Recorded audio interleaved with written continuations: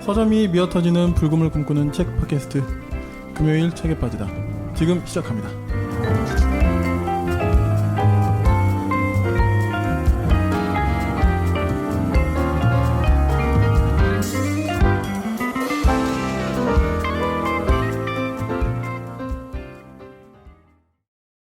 네, 저희가 올해 1월에 마지막 업로드를 하고 나서 벌써 4달이 지났는데요.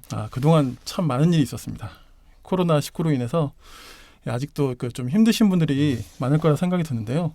본의 아니게 저희도 좀 그래서 꽤 오랫동안 좀 휴식기를 가졌습니다. 저희가 휴식기를 마치고 오늘 이제 다시 이제 시작한 시즌 2를 이제 시작하게 되는데요. 저희 시즌 2의 첫 번째 게스트로 어마어마한 분을 모셨습니다. 이분이 나와주실 줄이야. 네. 제가 이제 이분을 게스트로 모시려고 막 생각을 이제 하는데 이제 제가 쓰신 작품들을 이제 검색을 하게 되면 좀 시간이 지나면 또 새 책 나오고 그래 그렇지 해서 또 좀 나중에 검색하면 또 막 신간이 나와가지고 네. 제가 무슨 책을 이렇게 골라야 될지 약간 애를 먹기도 했는데요. 역사 추리 소설과 인문 역사서 그리고 동화까지 다양하고 왕성한 지필로 많은 독자들을 만나고 계시는 정명섭 작가님을 저희 금책바에 모셨습니다. 작가님 안녕하세요. 네, 안녕하세요. 만나서 반갑습니다. 정명섭 작가입니다. 네, 감사합니다.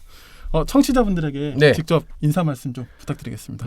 아까 말씀드렸듯이 이제 코로나19 바이러스 때문에 좀 많이 다들 힘들어하시고 계실 텐데 이제 어쩔 수 없는 것 같아요. 이게 현대 문명이 가지고 있는 그렇죠. 단점 중에 네. 하나인 것 같아서 이거를 이제 공존을 해야 되는 건가라는 얘기까지 지금 나오고 있지 않겠습니까? 네. 하지만 이런 것쯤에 인간이 굴복했으면 인간은 석기 시대를 벗어나지 못했을 겁니다. 네. 그러니까 다들 힘을 모아서 기운을 내시면 좋을 것 같습니다.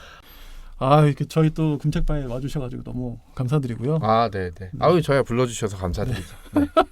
제가 작가님과는 네. 직접 한번 이제 처음 뵀던 거는 저번에 그 요다 북토크에서 네, 작년 가을이었나요? 그때 언제였죠? 조금 네, 여름은 지났죠. 네네네. 가을 겨울 요쯤이었던 것 같은데요. 그때 그 모두가 사라질 때, 네, 그 북토크에서 제가 그때 저희 그걸 녹음을 해가지고 네, 맞습니다. 저희 금책바에 이제 들려드리긴 또 했는데요. 모두가 사라질 때랑 인더백이랑 같이 했었을 맞습니다. 때 오셨죠. 네네네. 그래서 그때 처음 뵙고 이제 어쨌든 이렇게 처음 이렇게 저희가 만나게 될 수 있었던 건 조용주 작가님께서 그쵸. 네네. 거의 연결을 해주셔가지고요. 네. 거기서 또 제가 많은 작가님들도 뵙고 제가 이제 그랬던 출판계 얘기를 할 때 항상 하는 얘기가 적당한 표현인지 모르겠지만 네. 중학교 2학년 500명이 모여 사는 동네다라고 얘기를 많이 하거든요. 중학교 2학년요? 네, 그러니까 그게 나쁜 뜻이 아니라 네. 감성 예민하고, 그다음에 500명 정도면 사실은 이제 바닥이 좁다라는 표현이 적절하잖아요. 네네. 그래서 이렇게 서로 아름아름을 하고 또 그다음에 또 뭐라고 하지 이게 돈이 많이 다니지 않고 굴러다니지 않는 곳이라 네. 사람들끼리 이렇게 남한테 폐를 끼치는 사람들이 잘 없는 것 같아요. 그래서 저는 여기를 굉장히 사랑합니다. 이웃 동네인 영화계나 드라마가 쪽만 넘어가도 눈 뜨고 코 베인 사람들이 여럿 있거든요.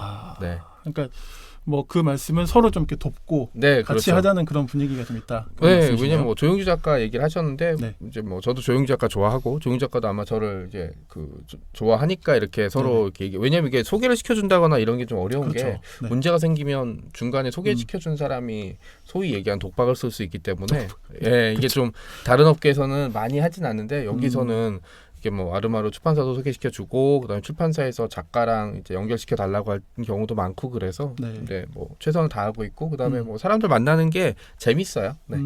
네. 또 이렇게 어쨌든 글은 혼자 쓰시는 작업이시니까. 네. 또 사람을 만나면 또 동료분들을 만나면 네. 에너지가 좀 생기고 그러실 것 같아요. 이게 이제 제가 이게 글 쓰는다는 게 이게 오해를 많이 사는 직업이에요. 왜냐면 많은 분들이 경험을 하셨을 텐데 밤에 열심히 글 쓰다가 잠깐 시간이 나서 유튜브로 들어가거나 딴 걸 보고 있으면 이제 가족들이 와서 그걸 봐요. 꼭 그 시간에 한 시간 열심히 일할 때는 그래서 아니 너는 글 쓴다더니 이거 놀고 있네. 네. 그리고 이제 심지어는 그냥 앉아서 이렇게 손가락만 이렇게 누르면 되는데 왜 자꾸 야식을 달라 그러냐. 그래서 이제 제 부인에게 너도 한번 써봐라 라고 얘기했더니 이제 부인이 바로 한 3일 만에 바로 납득을 하시더라고요. 써보니까 이게 힘든 직업이구나. 기가 빨리죠 사실.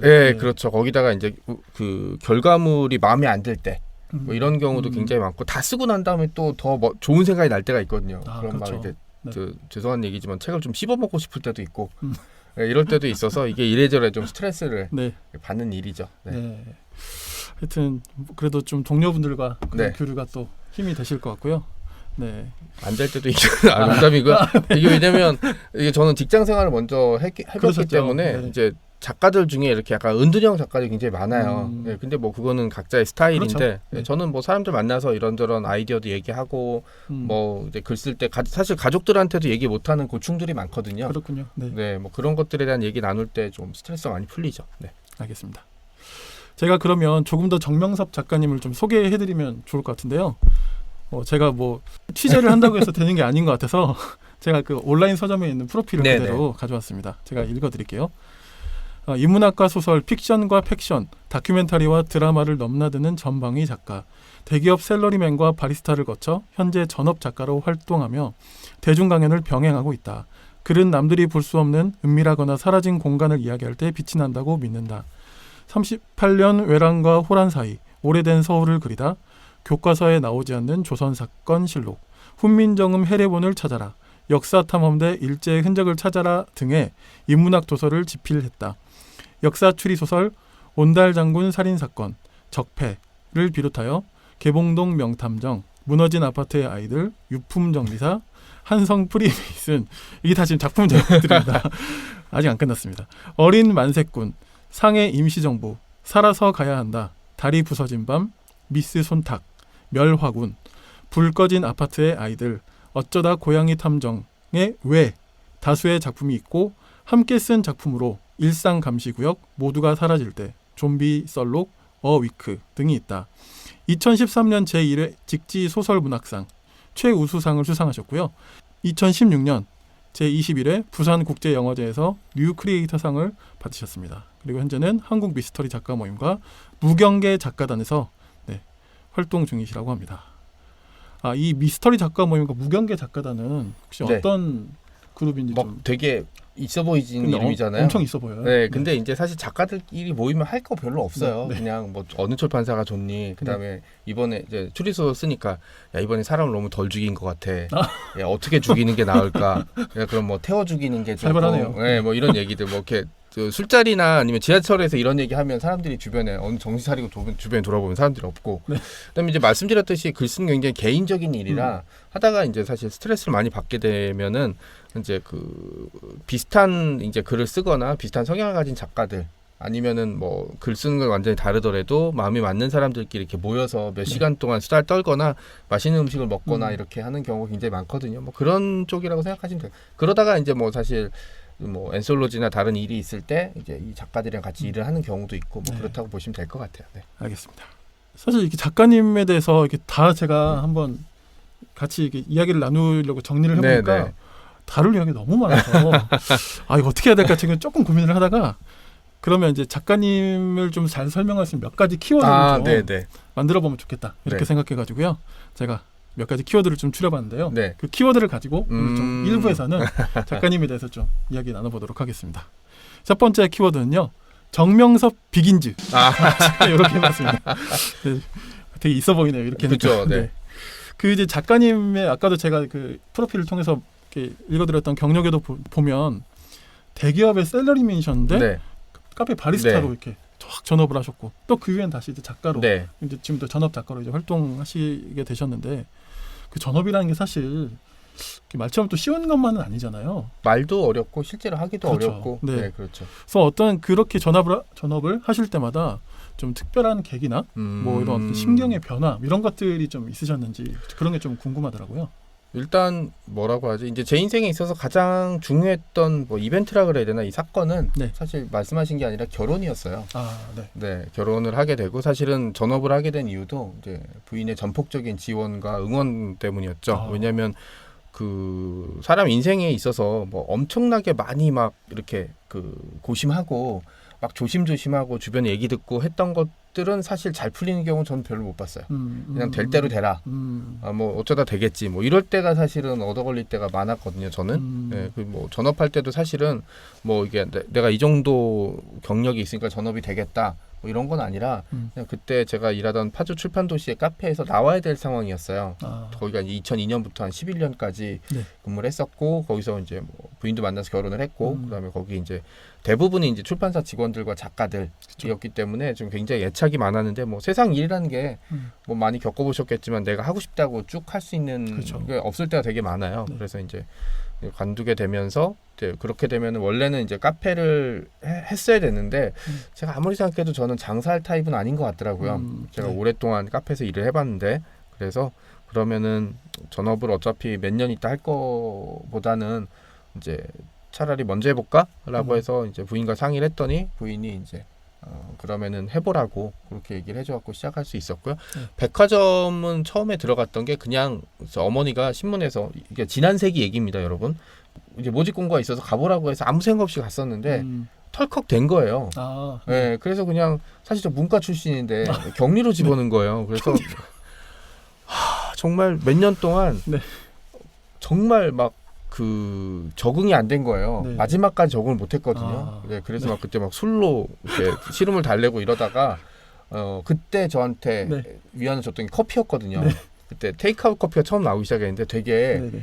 이거 뭐라고 하지 신선한 거였죠. 이렇게 들고 다니는 네, 그런데 이제 아메리카노 막 위에 시작하는. 이제 생크림 올라가 있고 막 그래서 그걸 매일 마시다가 어느 날 그 이제 바리스타한테 되게 부럽다고 얘기한 적이 있었어요. 왜냐면 그때 굉장히 고가의 음식이었거든요. 그때 커피가 그렇죠. 4천 얼마였으니까 김치찌개 값이었죠. 당시로 네. 따지면 더. 그 얘기를 했더니 그러면은 본사에서 직원을 뽑으니까 한번 가봐라. 그래서 이제 면접을 보러 갔죠. 양복 입고. 네. 그랬더니 그 회사에서는 뭐지? 이런 거죠. 왜냐하면 백화점 멀쩡한 게 잘 다니던 사람이 왜 커피를 배우러 온다고 할까? 커피 회사에서 일한다고 할까라고 해서 한 1년 정도 이렇게 계속 기다리고 있다가 이제 연락이 와서 바로 서랍에 있던 사표 꺼내서 네, 안녕히 계세요 하고 이렇게 바로 나왔죠. 네. 예. 저도 제가 일하는 직장에서 회계 업무를 좀 보고 있어서 이건 진짜 회개하고 싶어하는 때가 되게 많아요. 그거. 작가님의 어떤 고충이 갑자기 확 다가왔어요. 거기다 제가 일하는 데는 백화점이니까 매일 현금과 전표가 올라오니까 그러네요. 거기 제가 기억하는데 그 층 전체가 그쪽 업무를 하는 사무실이었고 네네. 이제 본사였으니까 옆에 금고 시설이 있는데 굉장히 잘 만들어 놓은 거예요. 뭐 당연히 매일 네네. 돈이 들었다. 그래서 이제 그때 은행이 몇 군데 새로 만들어지거나 설치할 때는 그 금고를 보고 싶다고 해서 견학 오기도 하고 그랬었어요. 진짜요? 네네. 알겠습니다. 하여튼 이게 인생이라는 게 네. 계획한 대로는 안 될 때가 되게 많은데 네. 또 의외의 포인트에서 이렇게 참 뭐랄까 풀리고 그다음에 연결되고 그런 게 많은 것 같아요. 그러니까 이제 그 항상 결론이 착하게 살아야 된다라고 넘어가는 게 네. 이제 그 특히 제 인생의 가장 결정적인 요인이 저는 이제 뭐 얘기하신 대로 외부적으로는 전업이었고 네. 저는 이제 결혼이라고 생각을 하는데 만약에 제가 전업을 한다고 이제 전업을 하고 싶다고 얘기했을 때 부인이 무슨 소리야? 뭐 돈 안 된다고 얘기했으면 전 이제 뭐 어디서든 일을 했었어야 됐거든요. 왜냐면 저는 그렇죠. 가장이니까. 네. 그런데 집사람 이제 부인이 그때 아마 되게 불쌍했나 봐요. 네, 그래서 그냥 해보라고 네. 해서 이제 한 2년 정도 고생하다가 이제 조금씩 이제 풀리기 시작했는데 저는 자리를 잡았던 이유가 그때 전업을 했기 때문이라고 생각을 하고 있거든요. 그 이후에 전업을 시도했으면 지금처럼 자리는 못 잡았을 거라고 생각했어요. 그 과정들을 다 거쳤기 때문에. 그래서 그게 결국은 뭐 그렇다고 제가 무슨 이거는 정말 이 회심의 한 수 뭐 이런 게 아니라 그냥 상황이 그냥 그렇게 돼서 이제 부인이 허락을 해줘서 이제 됐기 때문에 인생을 너무 복잡하게 사시는 것보다는 네, 그냥 책을 읽으면서 이제 주변 사람들과 잘 교류하고 지내면 뭐 좋은 기회가 오지 않을까라고 생각을 하고 있습니다. 네. 제가 이렇게 질문지에 미리 쓰지는 않았는데 네. 사실 이 아내분도 작가님이시잖아요. 네, 맞습니다. 네. 얼마 전에 또 그렇죠. 그 신간을 네, 맞습니다. 신간이 나왔다는 또 네. 작가님 SNS도 제가 보기도 했었는데 네. 저 궁금증이 좀 드는 게 네. 사실 아내분 박지선 작가님이시죠. 네. 박지선 작가님과도 꽤 같은 책 많이 쓰셨고 네, 맞습니다. 네. 원래 그렇게 좀 같이 원래 글에 좀 관심이 많으셨던 건지. 저는 이게 뭐 이거는 사람마다 좀 다를 수가 있어서 네네. 그냥 제 의견이라는 걸 전제로 말씀드리는데 글을 쓰기를 위해서 몇 년 동안의 오랜 기간에 어떤 트레이닝이 필요하냐, 그리고 전문적인 트레이닝이 필요하냐, 아니면 그냥 본인의 습작이라든지 독서가 큰 도움이 되겠냐 할 때 저는 후자라고 생각을 하거든요. 특히 이제 저 같은 네. 장르 소설가한테는 그렇게 연결되는 게 사실은 글쓰기가 어려운거나 특정한 사람들만 하는 게 아니다. 그러니까 아무나 한번 써보고 아리한 글이랑 컴퓨터만 있으면 되니까 그 한번 해보고 잘 되면 전업 작가의 길을 걸 수 있는 거고 안 되면 포기하는 거고. 왜냐하면 글쓰기라는 게 사실은 작가가 안 된다 그래도 사는데 여러모로 도움이 될 때가 굉장히 많거든요. 그렇죠. 예, 뭐 머릿속에 생각을 정리하거나 아니면 본인의 하다못해 이력서나 자소서를 쓸 때도 도움이 될 때가 있기 때문에 저는 글쓰기에 도전해서 실패했다고 생각하지는 않거든요. 예, 그런데 이제 그 부인도 마찬가지로 사실 문헌적방학과 출신이라 책을 좀 많이 다루고 있고 저는 사실 최종 학력이 고졸이라 고졸이고 글쓰기 전까지는 뭐 책에 대한 어떤 교육 과정을 이수한 적이 없어요. 그렇기 때문에 저는 그냥 본인이 생각하면 한번 글쓰기를 해보는 게 굉장히 좋다라고 생각하고요. 이제 그 보통 저 같은 전업 작가에게 있어서 부인이나 배우자는 첫 번째 독자이자 리뷰어가 돼요. 예, 그래서 이제 뭐 그렇게 하다가 재능이 좀 보이는 것 같아서 한번 써보든지 아니면 같이 작업을 해보자고 얘기를 해봤는데 초창기 지금이잖아요. 이제 초창기는 저보다 더 성과들이 많이 나오는 것 같아서 사실 은근히 기대하고 있어요. 제 꿈에 얹혀가는 거거든요. 눈빛에도 좀 작가님 눈빛에도 약간 기대감이 확 서리는데. 왜냐면은 뭐 제가 쓰는 게 뭐 추리 소설, 그다음에 뭐 역사물, 좀비물 이런 거라 사실 영상 쪽에서 별로 관심이 없는 만한 장르거든요. 제작비가 많이 들거나 어려우니까. 근데 부인이 쓰는 건 판타지 로맨스라. 이건 반응이 확실히 다르더라고요. 그래서 좀 은근히 많이 기대하고 있습니다. 네. 사랑해 여보. 작가님 응원합니다. 네. 어린 시절에 혹시 좀 그 좋아하셨던 책, 나한테 굉장히 쇼킹했던 책 이런 책 있으신가요? 지금은 사실 그 유튜브라든지 이제 다른 영상 매체가 발달했지만 제가 어릴 때 그러니까 1980년대에서 90년대 사이는 그런 게 없었잖아요. 그래서 집에 있으면 사실 할 수 있는 게 그때는 뭐 TV도 낮에 나오진 않았으니까 이제 책 읽기밖에 없었던 상황이라서 이제 그 집에 그리고 이제 지금은 잘 모르실 텐데 예전에는 이렇게 책 장사라고 해서 이렇게 책을 전집을 들고 다니면서 파신 분이 있었어요. 그래서 지금 기억에 이제 집 한쪽 벽에 이렇게 서가에 책들이 주르륵 꽂혀 있는 뭐 50권짜리 위인전 뭐 이런 게 있었는데 제가 가장 이제 인상 깊었던 읽었던 건 어릴 때는 에디슨. 위인전 중에. 네, 위인전 중에서 왜냐면 그때 다 위인전밖에 없었으니까. 그래서 아니 이렇게 바보 같은 짓을 하고도 위인전에 남아? 이런 생각들을 되게 많이 했었어요. 네, 그러다가 이제 제가 중학교 때인가 그 아리랑인가 한강을 읽었던 것 같아요. 토지였다. 제가 이제 되게 그 어릴 때부터 이제 책을 많이 읽었는데 연령대를 좀 뛰어넘는 책들을 읽어서 중학교 때 아마 토지를 읽었던 게 조금 쇼킹했던 것 같아요. 그래서 그 이후에 이제 계속 책들을 읽었고 그게 이제 독서할 때 이제 글을 쓸 때 나중에 도움이 좀 많이 됐던 것 같아요. 그때 토지를 읽는 또래에서 토지를 읽는 사람은 거의 찾아보기가 힘들었을 그리고 것 같은데요. 아마 토지를 다 읽고 나서 그 한강 아니면 아리랑을 또 읽었던 것 같아요. 시기상으로 봤을 때 아리랑이지 않을까 생각은 그래서 드는데. 열 몇 권짜리를 쭉 읽었는데 뭐라고 하지? 그때 100% 이해는 당연히 못하죠. 하지만 뭔가 좀 과거에 사람들이 평생 잊지 못할 어떤 사건들이 굉장히 많았나 보구나라는 생각이 있었고 사실은 그래서 역사에 좀 빠져들지 않았나라는 생각이 들어봤어요. 좀 그런 느낌이 저도 좀 받았고요. 토지랑 아리랑을 읽으셨으면 사실 그때 역사 인식이 딱 뭐랄까 좀 성립이 되시지 않으셨을까 그런 생각도 좀 들어요. 그렇게 된 거고 사실은 그게 이후에 이제 제가 역사물을 쓸 때 하나의 기조가 됐던 것 같아요. 뭐 권력자라든지 아까 소개하실 때도 글은 이제 눈에 보이지 않거나 은밀한 곳에 비출 때 이제 힘이 난다라고 얘기를 하셨잖아요. 그게 이제 제가 블로그나 아니면 페북에 썼던 이제 올렸던 글인데 뭐 글이 가지고 있는 명징성 중에 하나라고 생각을 하고 있습니다. 뭐 책 이야기가 나와서 제가 좀 더 이어보면 그 이제 다른 작가분의 그 작품 소설 중에 좀 그 추천 강추하고 싶은 뭐 요즘의 작품이어도 괜찮고요. 뭐 그냥 생각나시는 대로 꼭 소설이어야 되나요? 뭐 꼭 그렇진 않습니다. 아까 조용주 작가 얘기 나왔는데 조용주 작가의 에세이들을 최근에 좀 주목해서 읽고 있거든요. 특히 이제 어떤 작가라는 책을 보면 사실은 그 작가가 자기 얘기를 할 때는 굉장히 쑥스러움과 고민을 해요. 이거를 현실을 그대로 얘기해줘야 될지 아니면 포장을 해야 될지 뭐 그렇게 되는데 그 뭐 그냥 이제 솔직하게 이제 그렇게 얘기를 하게 되고 최근에 이제 제가 이 작가라는 직업에 대한 생각들을 좀 많이 하고 있어요. 예전에 이제 먹고 살기가 힘들었었는데 이제 뭐 작년 기점으로 이제 어느 정도 그 걱정하지 않을 정도까지는 올라온 것 같아요. 그리고 이제 올해도 작년보다 못 벌 것 같아라고 부인에게 얘기했더니 괜찮아요라고 얘기하셨거든요. 분명히 녹음이라도 해놓을 걸 그랬는데 네, 그래서 조금 여유가 있다 보니까 이제 작가란 무엇인가 예전에는 그 얘기 되게 싫어했거든요. 그냥 직업의 하나인데 뭐 이걸 가지고 이렇게 난리를 치나라고 했는데 최근에는 이 작가라는 거에 대한 생각들을 좀 많이 하게 돼서 이제 뭐 소설도 좋지만 뭐 이제 조용희 작가 썼던 어떤 작가 뭐 이런 거에 대한 에세이를 좀 읽고 이게 좀 달라진 게 예전에는 시간 낭비라고 해서 에세이를 전혀 안 읽었거든요. 아, 그러셨어요? 네, 근데 사람이 나이가 드니까 변하는 것 같아요. 네. 네. 네. 조영주 작가님의 제목이 어떤 작가죠? 네. 네.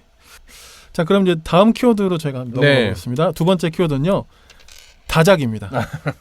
제가 이제 그 카페 홈즈 갔었을 때도 이제 막 들었던 이야기이기도 하고 그런데 이제 작가님들끼리 막 우스갯소리로 작가님 댁 지하에 어떤 감금된 지필 요정이 있다. 뭐 이런 이야기를 막 하시는 걸 제가 들은 적이 있는데 버전이 여러 가지가 있습니다. 그러니까 몇 가지가 더 있어요. 네. 집 요정은 좀 약간 순한 표정. 원래는 뭐 고블린, 고블린. 뭐 글 쓰는 난쟁이 뭐 이렇게 얘기를 많이 했는데 이 자리를 빌어서 말씀드리지만 저희 집은 지하실이 있구나. 아, 그래요? 네, 저희가 다세대 빌라가 지하가 있긴 한데 반지하입니다, 여러분. 네, 그래서 저희 그런 건 없습니다. 예. 아, 근데 어떻게 이렇게 좀 제가 그 알라딘에서 이제 쭉 검색했는데 국내서가 94권인가? 이렇게 뜨는 거예요. 근데 뭐 동명이인도 있고 그다음에 이제 예를 들어서 뭐 분권되거나 이제 전자책으로 나오죠. 전자책으로 나오죠. 하지만 뭐 80권은 넘은 것 같고요. 어떻게 이렇게 좀 많은 작품을 좀 꾸준히 쓰실 수 있는지. 그리고 뭐 작가님만의 뭐 글쓰기 루틴 이런 게 좀 있으신가요? 이 공식적인 대답 원하십니까? 비공식적인 대답 원하십니까? 가능하시다면 두 가지 다 들려주시면 어떨까 생각이 드는데요. 공식적인 대답은 저는 제가 재능이 전혀 없다고 생각하고 있어요. 요만큼도 없고 왜냐하면 주변에 재능이 많은 작가들을 보고 있기 때문에 그런데 저는 운이 좋아서 이 자리에 올라왔거든요. 남들 저보다 뛰어난 사람이 자리를 못 잡거나 그냥 사라지는 경우를 너무 많이 봤기 때문에 일종의 의무감도 느껴지고 그 사람 몫까지 대신해야 된다. 그다음에 또 하나는 약간 불안감. 그래서 이제 뭐 물량으로 이제 사람이 불안하면 물량으로 승부하는 경우 많잖아요. 그런 경우가 있고 비공식적인 대답은 사실 돈독이 오르면 죄송합니다. 근데 사실 가장 중요한 거 아닙니까? 그렇죠. 왜냐하면 저는 가장이기 때문에 만약에 뭐 부인이 생계 유지에 문제가 있으니까 다른 일을 하길 원합니다라고 하면 전 당연히 다른 일을 해야 되는 거고요.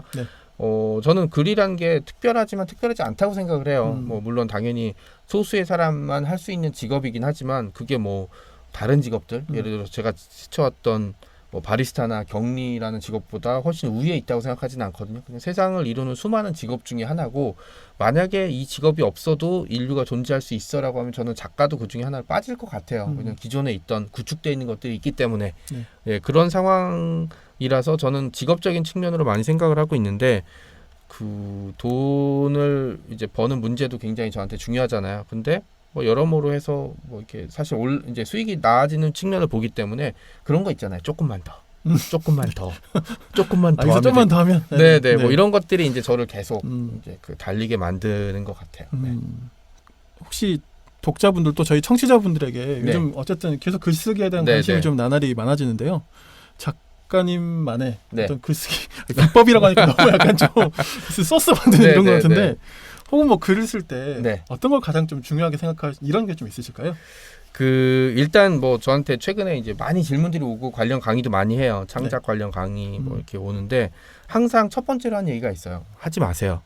하지 마라. 좋은 직업은 아닙니다. 물론 저는 물론 나름 저는 성공을 하긴 했지만 사람들한테 저 같은 운을 바랄 수는 없거든요. 왜냐하면 저는 출판 도시에서 오래 일했고 그다음 직장 생활을 했기 때문에 뭐 남들보다 조금 뭐라고 하지 세상 돌아가는 걸 좀 빨리 캐치할 수 있고 뭐 이런 것들이 있는데 이런 요인들이 차지하고 있기 때문에 단순히 글을 잘 쓴다고 이제 뭐 작가로서 성공하는 것 같지는 않아요. 그랬으면 제가 이 자리에 없었겠죠. 그러니까 작가라는 직업을 선택하시기 전에 한번 진짜로 고민해 보셔야 돼요. 뭐 저는 그래서 뭐 이 작품 작가란 무엇인가 이런 얘기는 별로 좋아하진 않지만 직업적인 측면에서는 별로 좋은 직업은 아니다라고 먼저 말씀드리고 싶고 그 다음에 글을 쓸 때 제가 이제 가장 많이 생각을 하는 건 이제 끝나는 지점이에요. 끝나는 지점이요? 이제 예를 들어서 뭐 작가들이 뭐 한 줄 쓰기 위해서 일주일을 기다렸다. 하지만 6일은 술을 마셨다는 걸 잘 알고 있어요. 네, 그러니까 통계상으로도 이게 좀 그렇습니까? 네, 그렇죠. 그러니까 네. 이게 사실 글 쓰는 걸로 생활이 되려면 책을 많이 써야 그렇죠. 되거든요. 네. 그리고 특히 이제 강연이 가능한 것들도 음. 해야 되는데 이런 것들에 대한 좀 면밀한 계산들을 해야 될 것 같아요. 저는 운이 좋아서 뭐 전업을 했고 그다음에 또 청소년이나 동화를 쓰기 시작하면서 강연들이 들어와서 이제 생계가 안정이 되긴 했지만 뭐 또 모든 사람들이 막 사실 이 테크를 타는 건 아니거든요. 네. 그러니까 글쓰기를 하실 때 이제 그런 부분들까지 생각을 하시고 사실 그런 복잡한 생각보다 글쓰기를 할 때는 그냥 아무 생각이 없어야 된다고 생각해요. 그냥 글을 쓸 때는 내가 이걸로 뭘로 먹고 살아야 되는데 뭐 이제 뭐 이거를 남들이 어떻게 볼까 이런 생각 하지 마시고 그냥 본인이 만족할 때까지 글을 한번 써봐야 되지 않을까. 그 나머지 문제는 글을 쓰고 남는 다른 시간에 생각을 하는 게 맞을 것 같아요. 그래서 저는 뭐 장편을 처음 탈고해서 가져왔는데 쓰는데 너무 힘들어갖고 이걸로 꼭 성과가 났으면 좋겠습니다. 아니면 뭐 글 쓰는데 너무 힘들었어 이런 얘기를 물론 후배들이 얘기해주면은 뭐 진심을 다해서 얘기를 해주지만 이제 좀 가까운 사람한테는 그 얘기를 해요. 너만 힘드냐? 나도 힘들어. 글쓰기를 제가 16년째 한다고 글쓰기가 쉬웠던 적은 한 번도 없었고요. 계속 어려워지고 있죠. 왜냐면 부담감이 심해지니까. 네. 그러니까 글을 쓸 때는 그냥 글 쓰는 생각만 그리고 글을 쓴다고 본인이 생각하면 끝까지 승부를 봐야지 뭐 한두 편 써보고 나는 이걸로는 세상이 날 알아주지 않아 뭐 이런 얘기는 하면은 그냥 시간 낭비거든요. 그러니까 할 때는 쭉 한다는 생각을 하시는 게 좋습니다. 어떤 집중과 몰입에 대한 이야기일 수도 있겠네요. 네, 사실 저는 밥도 30분 이상 못 먹거든요. 집중도가 굉장히 많이 떨어져서. 근데 글 쓸 때는 16시간 정도 앉아 있었던 적이 있었던 것 같아요. 네. 그때 막 부인이 이렇게 비빔밥 해서 주면은 이렇게 모니터 앞에서 글 쓰다가 밥 먹으면서 이렇게 이제 앞에 썼던 걸 다시 보고 그다음에 밥 다 먹으면 부인이 이렇게 다시 커피 갖다 주고 뭐 그때는 약간 마감이랑 뭐가 겹쳐 있긴 했지만 네. 경이로운 일이죠 저한테는. 이거 뭐 30분 밥도 30분 이상 못 먹게 집중력이 없는 사람이 그러니까는 사실 글이라는 걸 가지고 있는 혹독함과 매력이 이런 데 있다고 생각하거든요. 이런 걸 동전의 양면 같은 거네요. 그렇죠. 네. 이게 뭐 이런 걸 감당할 준비가 되어 있느냐 안 되느냐에 대한 본인 생각들. 사실 뭐 힘들어요. 뭐 글을 썼는데 성과가 세상에 알아주질 않아요. 이런 얘기는 그런 것들을 들어가지 못한 얘기들이죠. 왜냐하면 뭐 글쓰기가 쉬운 사람이 어디 있겠어요. 뭐 공지영 작가는 아니면 노벨문학상 탄 사람이 쉽다고 얘기한 적, 글쓰기가 쉽다고 얘기한 적은 저는 본 적이 없거든요. 네. 자, 그럼 세 번째 키워드로 네. 넘어가 보겠습니다. 추리 앤 스릴러라고 네, 제가 네. 잡아봤는데요. 최근에 작가님 작품을 보면서 이제 추리물이라고 할 수 있는 소설 중에 네. 미스 손탁과 유품정리사를 제가 계속 네. 읽고 왔는데요. 저도 추리물을 그 과거로 역사를 배경으로 했을 때가 훨씬 더 뭔가 좀 좋게 네. 느끼더라고요. 그러니까 현대 배경에서는 아무래도 이제 일단 형사가 딱 등장해버리면 네, 이제는 네. 뭐 CCTV니 뭐 블랙박스, 통신 기록 네, 네. 그런 거에서 벗어날 수가 없잖아요. 네. 그러다 보니까 오히려 더 되게 첨단 수사 같은데 사실은 되게 한계가 느껴지는 약간 그런 생각도 좀 들더라고요. 작가한테는 지옥이죠. 네. 그러시구나. 왜냐면은 전혀 뭐 옛날 수사반장 기억나세요? 하여튼 뭐 막 기억나는 건 아닌데 보긴 봤었습니다. 그거 보면은 항상 긴박한 추격전. 그렇죠. 네, 그리고 막 얘가 어디 있어는 막 그 찾고 싶은데 못 찾는 뭐 이런 감정들이 되게 많잖아요. 뭐 살인의 추억도 마찬가지고. 근데 지금은 사건이 나서 이게 중요한 사건이니까 조사를 해야 되겠다라고 마음을 먹으면 여러 가지 수단이 있어요. CCTV, 블랙박스, 그다음에 하다못해 기지국에서 통신 기록을 조회할 수도 있고. 예, 그렇기 때문에 옛날만큼 막 큰 난관이 있지는 않거든요. 그냥 이게 중요한 사건이 꼭 잡아야 되라고 하면 사실 99.99%는 해결이 돼요. 그런데 추리나 스릴러의 기본은 약간 뭐라고 하지? 잡힐 듯 잡히지 않는. 그렇죠. 네, 절대자 같은 악당이 등장해야 되는데 현대물에서는 그게 좀 어려운 부분들이 있어서 이제 좀 사실 자꾸 과거로 가는 측면이 없지 않아 있죠. 저 같은 경우에는. 네. 그리고 이제 또 한 가지 그 작가님이 좀 많이 쓰시는 소재라고 해야 될까요? 네. 전 전공이라는 표현을 썼는데 좀비를 빼놓을 수가 없을 것 같아요. 그 최근에 또 작가님 좀 시간이 지난 작품이긴 한데 폐쇄구역 서울을 제가 맞습니다. 읽었는데요. 그 이제 작가님의 밀리터리 지식과 기록되니까 막 박진감이 엄청나더라고요. 그래서 어떻게 좀 쓰시게 되셨는지. 사실 이제 요즘 최근에 이제 질문을 많이 받는 게 왜 좀비를 좋아하세요? 뭐라고 생각하는 질문을 많이 받는데 그땐 또 당시에는 한국이 막 좀비물이 그렇죠. 막 그렇게 그럴 때가 아니잖아요. 그래서 이제 저는 그럼 항상 대답을 해요. 덕후가 자기가 뭘 좋아하는지 얘기를 합리적으로 설명할 수 있으면 그건 덕후가 아니죠. 아, 그러네요. 뭐 지르는데 네, 뭐 이렇게 그렇지. 계산하고 지르는 건 영원히 아니잖아요. 지르죠 거의. 네, 그렇죠. 그러니까 좀비도 마찬가지인 것 같아요. 뭐 물론 뭐 신문 인터뷰라든지 할 때는 뭐 복잡한 얘기들을 많이 하죠. 뭐 현대 문명과 이런 얘기들 하지만 그거는 그냥 맞춰서 얘기한 거고 저는 내가 왜 좀비를 좋아할까라는 얘기를 하게 되면 항상 하는 얘기가 그거예요. 좀비 같은 사람들 많이 봤어요. 술을 많이 마셔서 이렇게 전진을 못 하시는 분도 있고 이렇게 좀비가 뭐 토하듯 토하시는 분도 봤고 네. 그다음에 약간 뭐라고 하지 그 현대 문명과 좀 연관이 있는데 뭐 경도돼 있다 그러나 이제 정보가 많아졌는데 오히려 오판하는 사람들이 잘못된 판단을 내리거나 아주 광적인 사람들이 많이 있잖아요. 그런 사람들을 보면서 자연스럽게 좀비를 좀 떠올렸던 것 같고요. 그리고 이제 좀 색다른 소재라는 생각이 들어서 계속 좀 얘기를 했었는데 초창기는 힘들었죠. 좀비에 대한 설명 자체를 했어야 그렇죠. 됐으니까. 네. 그 이후에도 그리고 이제 사람들이 좀비에 대해서 가지고 있는 심리적인 저항성이 되게 많거든요. 예, 사람인데 사람인 것 같지 않은. 그래서 징그럽다고 얘기를 해서 거부감이 있는 분도 많고 당연히 이제 예, 그런 경우가 많기 때문에 그래서 제가 연상감독한테 굉장히 고맙게 생각하고 있어요. 지금은 한국이 부산행과 킹덤의 나라가 됐잖아요. 아 그렇죠. 격세지감인 것 같습니다. 그리고 외국 영화도 보면 이게 좀비들의 움직임이라든지 모션은 네. 우리나라가 훨씬 좋죠. 킹덤이라든지 그리고 뭐 영화 자체 흥행은 좀 안 됐지만 뭐 창궐 같은 경우도 창궐도 저는 재밌게 봤습니다. 그 좀비들의 이런 움직임 같은 경우는 사실 외국의 좀비들이 보이니까 좀 어색함? 우리나라 좀비 맛에 빠지면 외국 좀비는 되게 하찮게 보이죠. 근데 진짜 정말 연출도 너무 뛰어나서 네, 맞습니다. 네. 킹덤 같은 경우도 저도 되게 감탄하면서 보고 그랬는데요. 그리고 이제 반도도 예고편이 공개가 됐는데 그쵸. 좀 기대하게 만들더라고요. 하여튼 굉장히 기대가 되고요. 이제 폐쇄구역 서울에서 이제 보여주셨던 좀비는 좀 우리가 상상할 수 있는 이미지에서 크게 벗어나지 않는 편이긴 한데 그 제가 그 다리 부서진 밤이라는 거기서 나오는 그 존재들은 조금 더 뭐랄까 좀 더 상징하는 바가 좀 많고 또 약간 내 의지를 좀 담고 있잖아요. 좀비가. 그래서 좀 다리 부서진 밤에 나오는 그 좀비라고 할 수 있는 존재에서 좀 가장 보여주고 싶었던 부분 이런 거 좀 어떤 것이 있으셨어요? 뭐 읽어보신 분은 알겠지만 사실 거기서 좀비 같은 존재가 되는 이유는 자기가 지키기 위한 것들을 지키기 위해서 희생하는 뭐 그런 거거든요. 그래서 이제 그 과거에는 당연히 좀비 같은 그런 개념의 크리처들이 없었겠죠. 그냥 그 현재 있던 거 과거로 가져갔던 거였을 텐데 사람들이 이제 그 생각을 좀 많이 해봤어요. 그 선택할 수 없는 순간에 희생을 한다면 어떤 식으로 그런 희생을 감당할까? 예를 들어서 뭐 영화에서 많이 봤듯이 뭐 다리에 총을 맞아서 여긴 내가 책임질게 뭐 이러지만 사실 보통은 그냥 가려는 사람 발목 붙잡고 제발. 네, 그렇죠. 그런데 그렇게 하지 않게 되면 어떤 생각을 하게 될까라는 게 이제 이야기의 좀 시작이었고요. 그게 이제 고구려 멸망이라는 시기에 좀 맞춰서 한번 얘기를 좀 해봤어요. 제가 이제 그 고구려 멸망 시기에 이제 부흥군의 활동에 대해서 굉장히 뭐 건모잠이라는 인물에 대해서도 굉장히 관심이 많아서 이제 한동안 조사를 많이 했던 적이 있었거든요. 최근에는 그 영화화 판권 계약도 제가 있으신 걸로 알고 있는데 혹시 어떤 작품인지 여쭤봐도 될까요? 그 유품정리사 같은 경우는 이제 유품정리사도 영화 판권이 나갔고 그다음에 이제 한성 프리메이슨 죄송합니다. 유품정리사가 드라마 판권이 나갔고요. 한성 프리메이슨은 영화 판권 둘이 거의 비슷한 시기에 나가게 됐고요. 그다음에 그 이전에 그 남산골 두기자 또 이제 영화 판권이 이제 나가게 됐고 그 외에 이제 오리지널 그러니까 영화사나 이쪽에서 직접 의뢰를 받아서 작업을 하거나 아니면 이제 그 완성된 원고를 손봐주는 작업도 이제 작년 정도부터 들어오기 시작해서 조금씩 하고 있어요. 유품정리사는 드라마에 정말 잘 어울릴 것 같습니다. 생각해보니까 저도 좀 기대가 많이 되고 있어요. 에피소드도 되게 잘 나올 것 같고 그러시군요.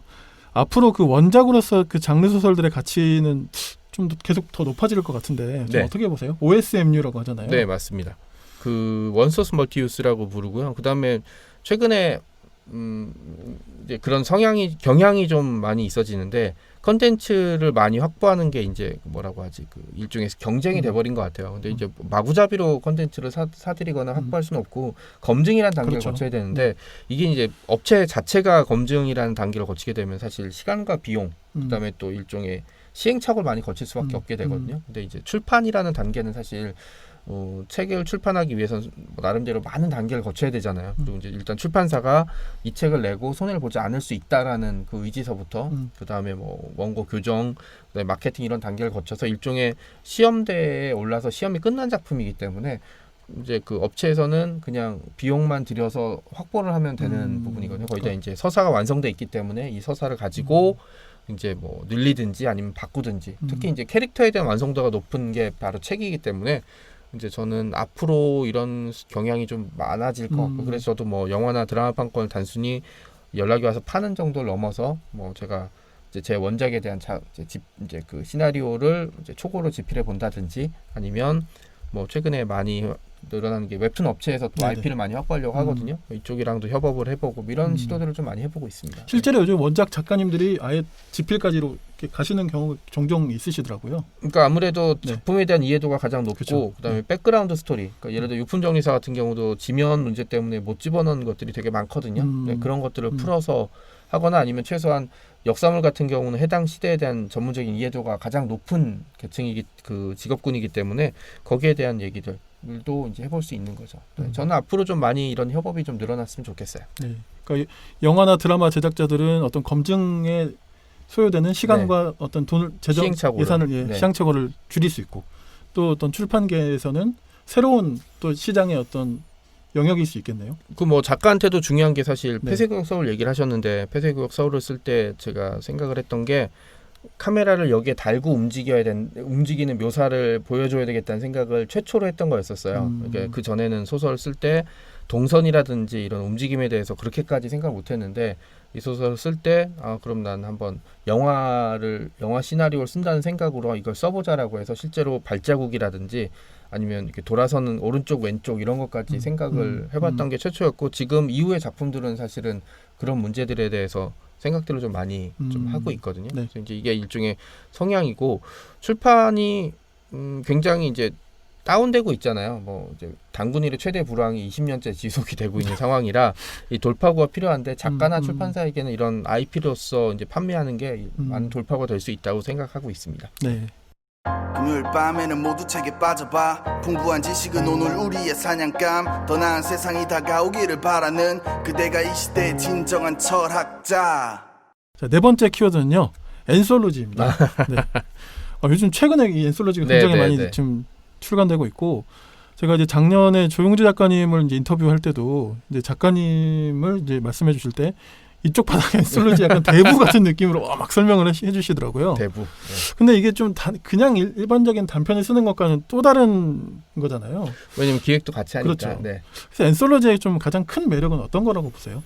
엔솔로지의 가장 큰 매력은 번거로움이죠. 번거로우면? 왜냐하면 단편 그렇죠. 다 조율을 해야 되니까. 네, 단편이라는 게 장편의 분량이 10분의 1이라고 공력이 10분의 1만 들어가는 건 아니거든요. 그렇죠. 그냥 완성된 하나 이야기이기 네. 때문에 그래서 단편을 의도적으로 안 쓰거나 싫어하는 작가님도 있고요. 저는 뭐 당연히 그런 거에 대해서 이해를 합니다. 그다음에 또 하나는 단편을 발표할 수 있는 공간이 많이 없었어요. 네, 특히 장르 소설 같은 경우는 이제 그 월간지라든지 이런 잡지가 없었기 때문에 쓸 수 있는 공간이 많이 없었거든요. 그래서 사실 단편에 대한 관심이 좀 없는 편인데 청소년 쪽이라든지 아니면 최근에 화랑새를 띠고 있는 SF 장르 같은 경우는 뭐 사실 단편에 대한 수요가 굉장히 많은 편이었거든요. 네. 그래서 이제 얘기를 할 때 이제 출판사한테 이제 설득을 좀 많이 하죠. 사실 단편은 작가한테도 좀 앞서 얘기되는 이런 문제점들이 있고 그다음에 출판사도 초기 투자 비용이 상당히 많이 들어가요. 일반 작가 한 명한테 들어간 돈보다. 뭐 상당히는 아니지만 어쨌든 많이. 네, 그렇죠. 그다음에 네. 사실 엔솔로지가 일반 장편보다 잘 팔릴 가능성은 좀 떨어진다고 사실 개인적으로 생각하고 있거든요. 거기다가 출판사 입장에서는 계약서도 여러 장 써야 되고 마감도 여러 명이 들어와야 되고 또 상대를 여러 명 해야 되는 거잖아요. 그렇기 때문에 좀 번거로울 수 있거든요. 그래서 저는 항상 뭐 작가들이나 출판사를 설득할 때 일종의 테스트라고 얘기를 많이 해요. 테스트요? 그러니까 예를 들어서 뭐 어떤 장르에 새로 도전해 보고 싶은데 장편으로서는 좀 어려움이 리스크가 양쪽 다 있다면 단편으로 한번 시작을 해보자. 그래서 뭐 잘 되면 장편으로 이제 확장되는 거고 안 되면 뭐 시도는 좋았다. 뭐 이 수준 정도 되는 거고 또 하나는 이제 최근에는 조금 덜하긴 했지만 그 단편을 장점 중에 하나가 신인 작가들이 이제 출판을 발을 디딜 수 있는 이제 디딤돌이었거든요. 네. 왜냐하면 뭐 지명도가 없는 작가의 장편을 선뜻 내줄 수 있는 출판사는 예나 지금이나 별로 없었는데 네, 아무래도. 유명한 작가나 기성 작가들 사이에 한두 명이 들어가게 되면 그건 이제 출판사에서도 크게 이제 위험하다고 생각하지는 않거든요. 그런 측면들을 좀 조합돼 있고 저는 그런 것들 되게 좋아해요. 이 작가가 이걸 할 수 있을까 없을까. 근데 저는 할 수 있을 거라고 생각하는데 상대방은 난 못할 것 같아요라고 하면 단편이 이제 하나의 그 테스트 장치가 되거든요. 그럼 단편 한번 써봐서 안 되면 말고 잘 되면 한번 써보는 게 어떻겠냐라고 했을 때 뭐 나쁘지 않았죠. 특히 이제 조영주 작가 그 시험대를 잘 통과했어요. 아, 네네. 그 모두가 사라질 때에서 네네. 약간 실제 그게 막 판권도 나가지고 결국 그렇게 되셨잖아요. 단편은 사실 판권이 잘 안 나가거든요. 그러니까요. 네. 그리고 이제 멸망하는 세계. 네 맞습니다. 그리고 제가 로맨스를 망설이는 쓰라고 여자. 했을 때 네네. 본인이 펄쩍 떴죠. 로맨스를 어떻게 쓰냐고 나한테 그러니까요. 내가 그래서 안 쓰면 되지 네. 라고 해서 판권이 나갔다는 얘기를 듣고 음. 다음번에는 이런 엔솔로지 기획할 때 이런 2차 판권 나가는 거에 대한 지분도 요구할까? 라는 생각이 잠깐 들었어요. 농담입니다. 네. 그런 주변 작가들이 성공하게 될 때 저는 굉장히 기쁘죠. 네. 왜냐하면은 이 능력이 있는 작가들이 자기 자리를 찾아가는 거거든요. 네. 그러니까 이게 저도 참 엔솔로지에 저는 읽으면서 드는 매력은 이게 어쨌든 한 세계관이나 뭐 이런 주제를 가지고 하지만 어쨌든 작가님들이 기본적인 설정이야 당연히 네네. 공유하시겠고 어느 정도 협의를 좀 하시겠지만 네, 네. 그렇지만 또 작가님들의 각자의 고유의 작품에 맞습니다. 개입할 수는 없는 거잖아요. 네, 네. 그러니까 그런 부분들을 혹시 조율하는 과정 이런 점도 상시 좀 궁금하다는 생각도 들었고요. 어떤 걸 좀 많이 신경 쓰세요? 일단 일정을 굉장히 많이 신경 쓰죠. 네, 왜냐하면은 특히 엔솔로지를 출판사가 잘 안 하려고 하는 이유 중에 하나가 이제 그 여러 명의 작가들 중에 한 명이라도 그렇죠. 그러겠네요. 잠수를 타거나 일정이 일정이 어겨지면 이제 문제가 네. 이제 생기거든요. 왜냐하면 출판사는 1년에 출간될 것들 순서를 정해놓기 때문에 이제 뭐 앞뒤로 밀리게 되면은 사실 조정할 게 좀 많아요. 그게 만약에 출판사 자체적인 결정이란 모르겠지만 이게 외부적인 요인으로 하게 되면은 좀 힘들어질 수밖에 없거든요. 그래서 이제 그 문제에 대한 것들 굉장히 신경을 좀 많이 쓰고 있고요. 그다음에 또 하나는 엔솔로지 장점은 저는 그 같은 기준 속의 어긋남이라고 생각을 하거든요. 그래서 사실 독자들 저도 헤비한 독자이긴 하지만 그 설정을 뭐 엔솔로지 같은 경우 꼼꼼하게 보진 않아요. 그냥 재밌으면은 이제 그 재미가 우선이고 이 설정을 맞춘답시고 막 이상한 부분을 늘려버리면 그건 그렇죠. 오히려 낭비나 고통이 되거든요. 그래서 가장 중요하게 생각하는 건 일단 이제 엔솔로지가 이제 진행이 될 때는 일단 일정 관리. 그 다음에 두 번째는 뭐 작가들은 뭐 대부분 뭐 거기에 대해서 자기 얘기들을 충분히 잘 풀어낼 수가 있고 뭐 창작 과정에서 제가 터치를 하진 않는데 뭐 얘기했던 대로 맞춰야 될 부분들이 있잖아요. 뭐 그럴 때는 뭐 이제 사실은 얼굴 안 보고 얘기하게 되면 좀 복잡할 수 있기 때문에 모여서 이제 어떻게 하는 게 좋을까라는 얘기들을 하는 그런 조율들을 하는 거죠. 근데 지금까지는 뭐 사실 큰 문제가 있었던 적은 없었어요. 네. 그 이제 최근에 쓰신 엔솔로지도 사실 너무 많아가지고요. 네. 제가 막 꺾기가 어려웠는데 일단 제가 최근 작품 네, 두 네, 권을 네. 한번 가져와 봤거든요. 첫 번째는 이 명신 요다에서 출판된 명신학교에 오신 걸 환영합니다. 네, 이 네. 책인데요. 김동식 작가님 그리고 김선민 작가님, 문화류 씨 작가님 네. 그리고 홍지훈 작가님 그리고 정명석 작가님 네. 이렇게 다들 무시무시한 작가들이네요. 저 빼고. 써주셨는데 네. 좀 간단하게 좀 소개해 주시면 어떨까요? 이게 이제 요다 출판사에서 나왔고요. 그다음에 처음에 시작은 김선민 작가가 이제 놀이공원 괴담, DCC 작가 여기 홍지훈 작가님 나오신 분이 홍지훈이라고 표현이 된 분이 이제 원래 이제 작품 활동하실 때는 DCDC 작가님이었거든요. 김꽃비 작가님 배우님의 팬. 그런데 이분이 놀이공원을 배경으로 한 호러 단편집이 어떨까라고 해서 이걸 가지고 요다에 제안했더니 요다에서 역으로 그거 말고 학교 괴담을 배경으로 하는 게 어떻겠냐. 뭐 지금은 뭐 많이 없어지긴 했지만 예전에 학교 가면 뭐 동상들이라든지 무조건 있었죠. 네. 뭐 있었으면은 뭐 그 동상이 밤 12시에 움직인다더라. 뭐 이런 얘기도 되게 많았잖아요. 네, 그런 거에 대한 이제 그 괴담을 해보는 게 어떻겠냐라는 제안을 역으로 해서 뭐 다 괜찮을 것 같아서 이제 여기 보시면은 대부분 이제 뭐 SF나 다른 장르의 글을 쓰신 분도 있지만 호러 쪽에 일가견이 있는 작가들이 되게 많거든요. 뭐 김동희 작가님 필두로 해서 네. 그래서 작업을 좀 해봐서 여기 보면은 책 챕터들이 되게 재밌게도 학교 규칙에 관한 얘기예요. 뭐 네, 밤 맞습니다. 12시에는 네. 어디 가면 안 된다. 뭐 이런 것들에 대한 얘기. 그러니까 학교라는 공간에 이런 괴담이 생겨난 거는 학교가 그 아이들 학생들에게 저도 그런 겪어봤지만 오래 머무는 공간이면서 억압의 상징이었기 그렇죠. 때문에 네. 감옥으로 많이 표현하잖아요. 뭐 그래서 아마 이런 괴담들이 좀 많이 생기지 않았을까. 그리고 이제 그런 것들 한번 다뤄보는 작품집입니다. 네. 사실 놀이공원 괴담도 좀 흥미가 가긴 하는데 네. 학교 괴담 딱 하니까 그냥 너무 필이 확 오네요 진짜. 그래서 아마 네. 저기 출판사에서도 그렇게 얘기를 해주신 것 같고 우리도 얘기를 들었을 때 이것도 괜찮겠다라는 네. 식의 이제 생각들을 좀 가져본 것 같아요. 네. 두 번째는요. 이것도 굉장히 최신작인데 네, 이 책을 가져와 봤습니다. 월면도시 파트 1. 아직 파트 계속 나오나요? 네. 일광욕의 날이라는 제목의 작품이고요. 역시 여기에도 김동식 작가님, 정명섭 작가님, 그리고 김선민 작가님 많이 겹치시네요. 네.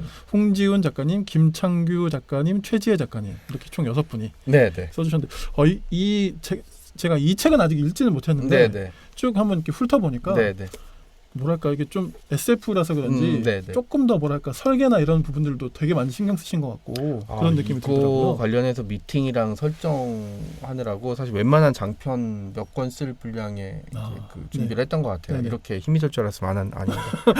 네. 근데 이제 이 설정 자체가 이제 달의 뒷면에 인류가 살고 있고 그 인류는 지구라는 존재에 대해서 모른다라는 식의 이제 설정들을 가지고 시작했기 이미 때문에 먼 옛날에 지구는 네. 뭐 거의 끝난 그 확정은 안 됐는데 이 지구가 달의 뒷면의 사람들에게는 없는 공간인 거예요. 그러니까는 예를 들어서 신대륙을 존재에 대해서 몰랐던 유럽인들에 관한 그런 느낌이든지 반대로 볼 수도 있겠죠. 그런 거에 대한 얘기들을 해봐서 그러면 고립된 인류, 뭐 버려졌다는 표현이 맞을지 모르겠지만 그런 인류들이 어떻게 살아갈까라는 데서 질문에서 시작을 좀 해봤고요.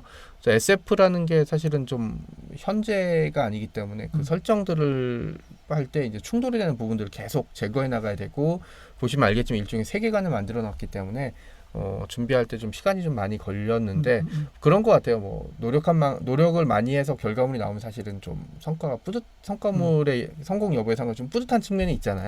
네, 저한테는 약간 그런 책이고 이제 뭐 많이 좀 사랑을 받았으면 좋겠습니다. 네. 이 책은 아마 그 어떤 식으로든 저도 한번 다시 또 달아보고 싶어가지고요. 네, 저도 좀 꼼꼼히 읽고 한번 살펴보겠습니다. 그 SF에 다들 일가견이 있는 작가님들이고 이제 다들 열심히 작품을 쓰신 것 같아요. 물론 뭐 당연히 열심히 글을 쓰겠지만 좀 생각을 해볼 수 있는 작품들이 좀 많은 것 같아요. 네, 알겠습니다. 자, 이제 5번째 키워드입니다. 이 키워드도 작가님과 정말 떼놓을 수 없는 키워드 같은데요. 역사입니다. 소설이든 역사 뭐 인문서든 역사에 굉장히 이제 관심이 많으신데요. 그 역사물을 계속 어쨌든 꾸준히 내시는 작가님의 마음이 좀 저는 궁금하다는 생각이 들었어요. 역사물을 제가 쓰는 이유는 스티븐 킹을 피하기 위해서입니다. 왜요? 사실 저도 책을 좋아하는 독자인데 그 생각을 해봤어요. 서점에 갔는데 제 책과 스티븐 킹의 책이 꽂혀 있으면 독자들은 과연 누구 책을 선택할까? 네. 왜냐면 책값도 똑같고 책값이 이제 제 책이 반값이면 혹시 모르겠지만 책값도 비슷할 거 아니에요. 그러면 스티븐 킹이 글을 안 쓰는 공간이 어딜까라고 생각해서 역사로 넘어왔다고 이제 얘기를 많이 하고 있는데요. 사실 제가 그렇게 복잡한 인물은 아니고요. 그 뭐라고 하지? 어릴 때부터 역사를 좋아했던 것 같아요. 그 위인전을 읽는 순간부터. 그래서 제가 중학교, 고등학교 다닐 때 공부를 진짜 못했는데 역사 이제 한국사랑 세계사는 성적이 되게 잘 나왔거든요. 이제 뭐 관심도 좀 있고 그다음에 이제 성인이 돼서 글을 쓸 때 제가 이제 출판 도시에 있었을 때 그 어떻게 하면은 책을 쓸 수 있을까라고 이제 상담을 되게 많이 했어요. 그때 한 분이 아마 여러분이 비슷한 얘기를 해주셨는데 역사물이 수요가 많으니까 해봐라. 뭐 이제 저 역사책을 좋아하는 건 다 알고 있었으니까 그래서 이제 시작을 했던 것 같습니다. 그리고 이제 역사라는 게 이제 사실 저의 실수를 줄여줄 수 있는 이제 중요한 장치가 되는 거죠. 원래 저 되게 말도 많고, 그다음에 앞뒤 안 재고 상대방한테 상처 주는 말도 되게 잘하고 뭐 이런 편이거든요. 근데 이제 이런 사람들이 역사 속에서 어떻게 몰락했는지가 아주 잘 나오더라고요. 그래서 이렇게 되면 안 되겠다. 무슨 말씀을 하시나 계속 듣고 있었는데. 그렇기 때문에 저의 실수를 줄이기 위해서, 그리고 저의 미래를 예측하기 위해서 사실은 역사에 관심이 좀 있었고 이게 이제 어떻게 되면은 하나의 장치로서 역사 소설에 뛰어들게 된 거죠. 근데 역사를 근데 배경으로 하다 보면 역사 속 그 실존 인물의 이제 상상력을 덧입혀서 뭐 창작하시기도 하겠고, 어쨌든 역사 속의 그 실제 사건을 다룰 수밖에 없게 되잖아요. 맞습니다. 그럼 그 역사와 픽션의 경계를 설정하는 것이 굉장히 중요할 것 같은데, 굉장히 어떻게 보면 좀 까다로울 수도 있을 것 같고, 어떻게 좀 작업하세요? 사자 명예훼손 일단 걸리지 않는 게 중요하거든요. 이게 왜냐면은 사자 명예훼손요? 그러니까 돌아가신 분. 네, 맞습니다. 이거 왜냐면 명예훼손이라는 거는 사실을 적시해도 명예훼손이에요. 그렇죠. 예를 들어서 저보고 정명선 바보다. 사실이죠. 하지만 바보인 저의 비밀을 까발렸기 때문에 명예훼손에 해당이 되고, 특히 돌아가신 분에 대해서는 죽은 사람은 반론을 할 수 없잖아요. 그렇죠. 그렇기 때문에 굉장히 사자 명예훼손에 대해서 엄격하게 다뤄지고 있고 저도 그래야 된다고 생각을 하고 있거든요. 그러니까 뭐 나의 욕심이라든지 아니면 나의 뭐 생계를 위해서 역사 속의 인물을 함부로 재단하는 거는 저는 있으면 안 된다고 생각을 하고 있고요. 그래서 역사 속의 사건을 다룰 때 그 일단 저는 주인공은 실존 인물을 잘 안 다루든지 뭐 을지문덕 같이 이제 뭐 행적이 명확하지가 않는 이제 뭐 기록이 많이 남아 있지 않은 인물에 대해서 좀 다루려고 하고 있고요. 그 실존 인물인데 뭔가 좀 무게감 있게 다뤄야 된다 그러면 이제 뭐 이름을 좀 바꾼다든지 이런 식으로 좀 해야 되고요. 그 역사는 개인의 수단이 될 수가 없거든요. 그렇죠. 그 존재하는 과거의 무거운 어떤 역사적 사실이기 때문에 나의 재미를 위해서 이거를 훼손시킬 수는 없고요. 그걸 변형시키고 싶으면 이름을 바꾼다든지 아니면 이런 걸로 해서 가상인물로 해서 처리를 하는 게 저는 맞다고 생각합니다. 이게 굳이 내가 법정에 서야 되는 위험성에 대해서 생각을 하는 게 아니라 그런 작가이기 이전에 사람은 인간이어야 되고 인간은 인간으로서 가질 수 있는 기본적인 책임감이 뭐 그거라고 생각을 하고 있습니다. 네. 네, 알겠습니다. 저희가 이제 2부와 3부에 이어서 다룰 작품들도 이제 제가 역사물을 골랐는데요. 이어지는 이제 2부, 3부도 올라온 대로 이제 청취자님들께서 꼭 들어주시면 감사하겠습니다. 그러면 작가님과 2부로 다시 돌아오도록 하겠습니다. 감사합니다. 고맙습니다.